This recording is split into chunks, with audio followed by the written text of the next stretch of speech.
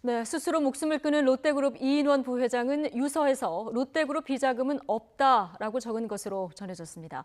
또 주변인들에게 먼저 가서 미안하다는 말을 남긴 것으로 알려졌는데요. 경기도 양평경찰서에 나가 있는 취재기자 연결해 보겠습니다. 신지원 기자. 네, 경기 양평경찰서입니다. 네, 현장 주변에서 이제 유서가 발견이 됐는데 어떤 내용들이 담겨 있습니까? 네, 제 뒤로 차량 한 대 세워진 것 보이실 겁니다. 이 부회장의 시신이 발견된 현장 인근에 세워져 있던 차량인데요. 유서는 이 차량 안에서 가족 사진과 함께 발견됐습니다.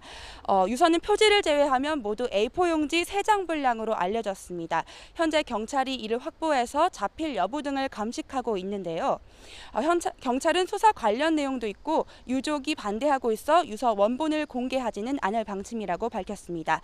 다만 가족과 롯데그룹 임직원 앞으로 유서를 남겼고 롯데 비자금은 없다는 내용이 담겨 있는 것으로 확인됐습니다.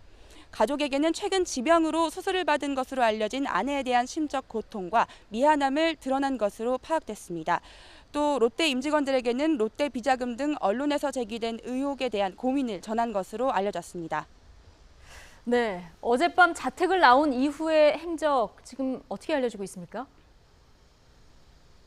네, 경찰이 CCTV를 통해 확인한 결과 이 부회장은 어젯밤 자택을 나선 이후 혼자 운전을 해서 양평까지 도착한 것으로 알려졌습니다. 이 부회장이 이곳에 부동산을 소유하고 있고 또 평소에 고민이 있을 때마다 이곳에 와서 산책을 즐겼던 것으로 알려졌는데요. 은퇴 이후에 이곳에서 살기 위해 적당한 거처를 물색하기도 한 것으로 알려졌습니다. 이를 통해 양평 지역이 이 부회장에게 익숙한 지역이기 때문에 이곳에서 스스로 목숨을 끊은 것으로 짐작할 수 있습니다. 경찰은 일단 현장에서 발견된 유서가 자필로 작성된 것인지 감식하고 주변 CCTV를 통해 이 부회장의 마지막 행적과 또 정확한 사망 경위 등을 파악할 예정입니다. 또 유족을 상대로 참고인 조사도 진행하고 있습니다. 네, 신지원 기자, 경찰 수사 상황 그리고 빈소 분위기도 좀 전해주시죠.